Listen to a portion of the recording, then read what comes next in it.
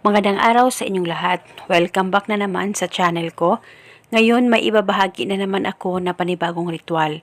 At kung bago lamang napadaan ay huwag niyo pong kalimutang mag-subscribe at pindutin ang notification bell para palagi kayong updated sa mga bago kong videos. Gusto mo ba na ikaw at ikaw lamang ang pagkakaisipin niya? Kahit sa pagtulog niya, ikaw lamang ang magiging laman ng isip niya.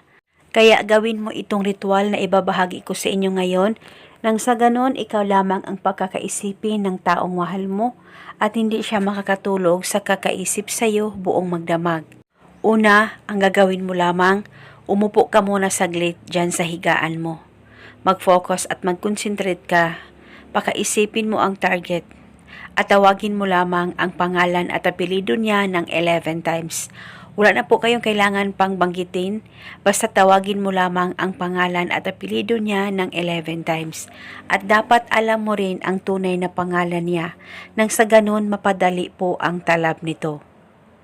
At paniguradong ikaw lamang ang pagkakaisipin niya at hindi siya makakatulog sa kakaisip sa iyo matapos mong gawin ang ritual na ito. At gawin itong ritual isang beses sa isang araw bago ka matulog.